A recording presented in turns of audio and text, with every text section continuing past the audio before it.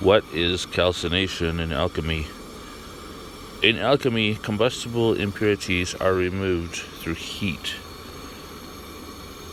The fourth degree of fire in alchemy means bathed in flame, the highest degree of heat the alchemist could muster.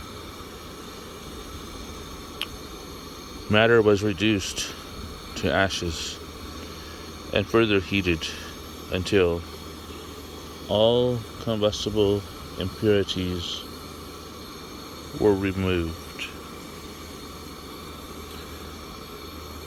This is Alchemy of Stephen's School, not for consumption. This video is part of a playlist. I'll include links to the playlist in the card and end screen. Not for consumption. Subscribe for updates. Do not try this at home. Thank you for watching and have a nice day.